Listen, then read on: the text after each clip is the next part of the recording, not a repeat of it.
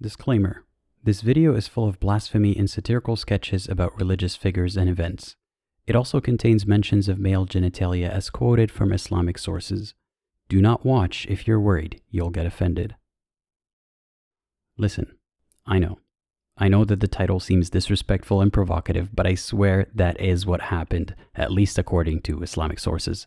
And I understand that many will take offense to the mere depiction of the characters in this video, but considering the video blasphemous is not a reason for me to not publish it. You are free to not watch it.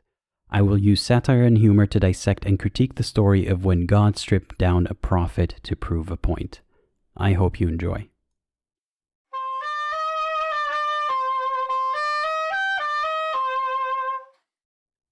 Picture this.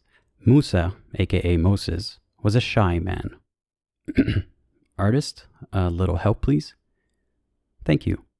He was a shy man, so shy in fact that he covered his body to avoid showing any skin. The children of Israel, or the Israelites or the Jews, took issue with how he dressed and speculated about why he'd hide his body like that. Does he have skin problems? Is it leprosy? Does he have swollen testicles? Up, don't get testy with me. That's literally what the hadith says. They wondered if he had swollen testicles, which got me thinking, did all the men walk around with their eggplant swinging? I thought that being shy meant he'd hide his forearms or something, not his nuts. I don't consider myself a shy person, but I still won't be seen in public in my birthday suit, so I get it. And I looked into it, and turns out, yes, like many cultures past and present, people were more at ease with nudity, especially in the context of bathing. Anyway, Musa did not have leprosy. His testicles were fine and his skin was okay. But his feelings were hurt. People's words really got to him. So Allah, being the helicopter parent that he is, decided to teach Musa and the bullies a lesson. Did he teach him to ignore the haters? No. Did he teach them to not mock someone for their afflictions? No. Did he teach them about the power of friendship? No. God waited till Musa undressed, put his clothes down on a rock, and took a bath. As Musa reached for his clothes, the rock ran away, leaving him naked and annoyed. He ran after it and demanded his clothes back, but the chase did not end till they found themselves in front of the Israelites. It was obvious to the Israelites that, testicles and all, Musa was the best of creation. He put on his clothes, then beat the hell out of the rock with his stick till the rock had marks on it. And they all lived happily ever after. Wait a minute, have you liked this video yet?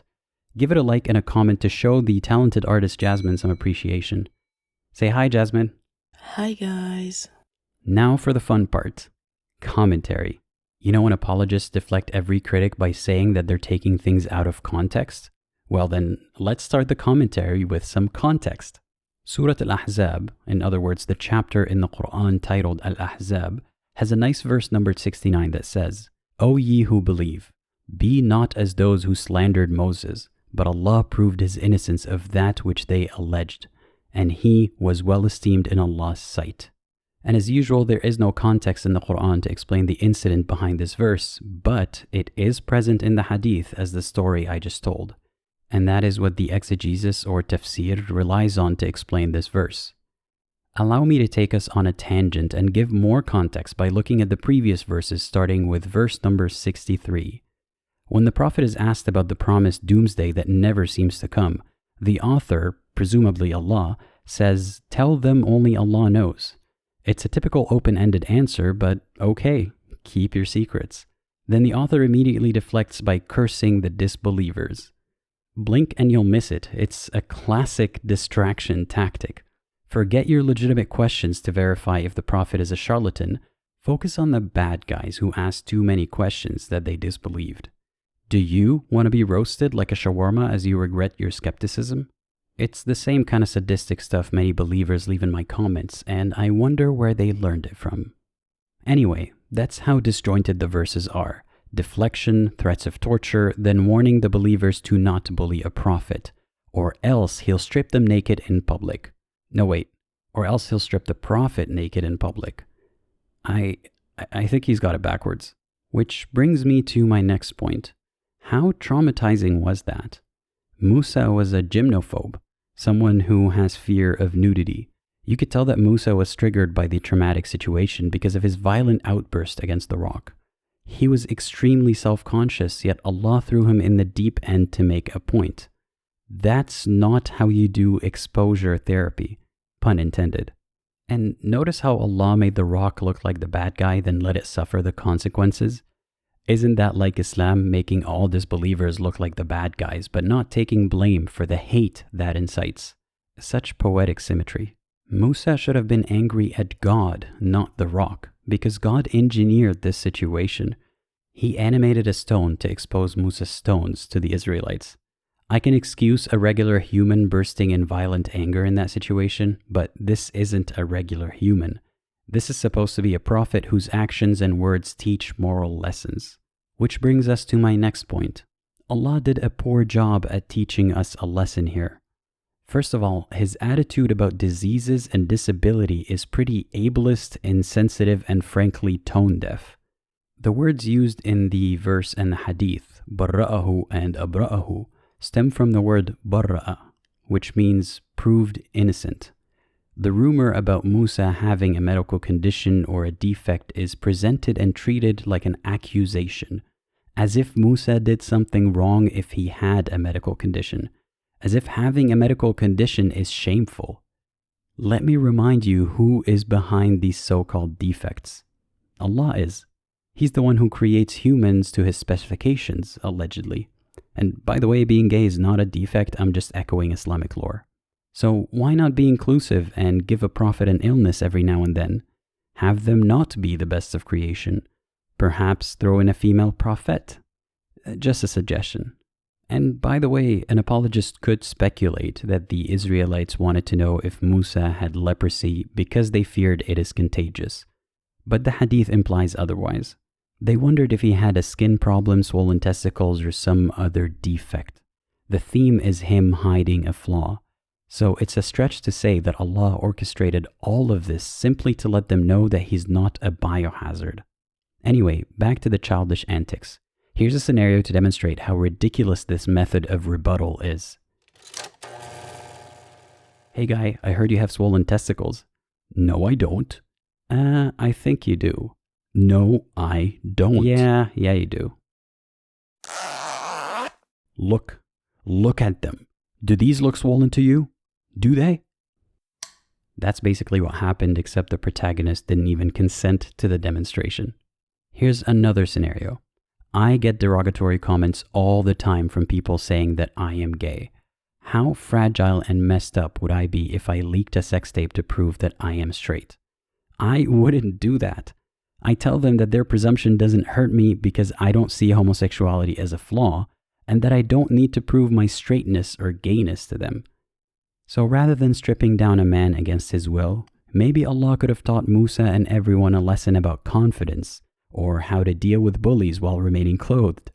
Or he could have taught the Israelites to not mock anyone for their afflictions, not just prophets. Or taught them that there is no shame in having a medical condition. According to the very high expectations Islam sets, neither Allah nor his infallible prophets should display this level of insecurity. It's even potentially considered kufr, meaning disbelief, to say that a prophet is created flawed. All that aside, did God even ask Musa if he would like to clear his name that way? Or is this whole scenario just entertainment to God? Is the beating of the rock supposed to be humorous or impressive? Like, look at how strong and manly he is? I see this as glorifying Musa's anger issues. The rock was sentient enough for him to shout orders at, so he could safely presume it could feel pain. It seems like he beat it to inflict pain on it as payback for his humiliation and as an outlet for his anger. Replace the rock with a deer, for example, and you would understand how cruel this was. In a world where rocks can run around, understand humans, and get hurt, it's as cruel as beating a living thing with a subhuman intellect for behaving like a wild animal. Musa beat the rock till it had marks on it, but that explosive anger is not presented as concerning. It's just what a morally infallible man does when he's frustrated. So take note, believing men. This behavior is healthy and normal. Don't you dare suggest Musa lacked self-control. That is kufr. To wrap this up, I want to make it clear that I don't believe this situation actually happened. As far as I can tell, it's not even a tale or myth copied from older religions like Judaism. I believe that it is a manufactured story that gives us some insight into the mind of the author of these verses and hadith. The author is humanly flawed, like the rest of us. He does not like being teased about what he considers to be a defect. He fails to see the bigger picture and focuses on proving the defect does not exist, nurturing the protagonist's ego rather than teaching a valuable lesson. He sees no issue in outbursts of anger directed at faultless entities performing God's plan. He lacks the foresight required to predict how his resolution to the situation paints God in a bad light. And don't forget, the author deflects from how the prophet's doomsday predictions are just as accurate as other false prophets throughout history. Setting aside the supernatural oddity of this all, it's still a deeply flawed story that I think is not befitting of a perfect book or religion.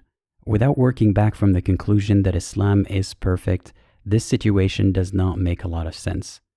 And I think that with storytelling, visualization, and an inquisitive approach, you'll see a lot of religious tales very differently.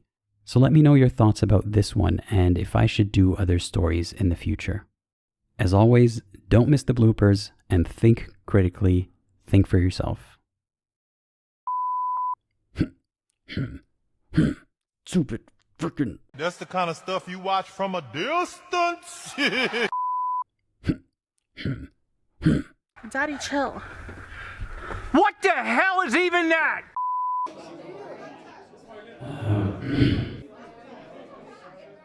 Remember when God used me to put a prophet in a traumatic situation? That was stone cold.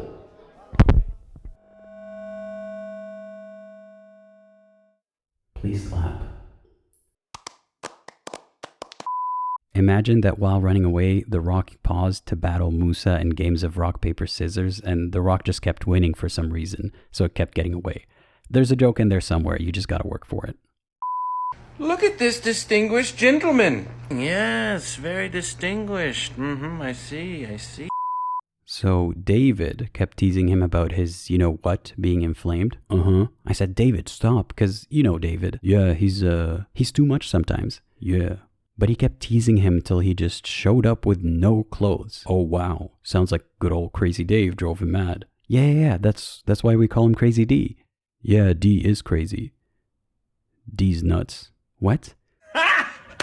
Got him! Special thank you to all my patrons, donors, and YouTube members for supporting what I do, especially when many of my videos get demonetized. Now, I'm going to do the whole shout out in one breath. Special thanks to Tasneem Khokhar, Wesley Potts, Taylor, Munir, Abdullah, Samir, Quicksode, Fred Palson, also Apostate, Tim, Annie, Desi, Neo, Reason on Faith, Rico, Benjamin Iota, Troy, Zahira, and Christopher Rank. If you'd like me to run out of breath, maybe add your name to the list. Also, YouTube thinks you might like these videos. Bye.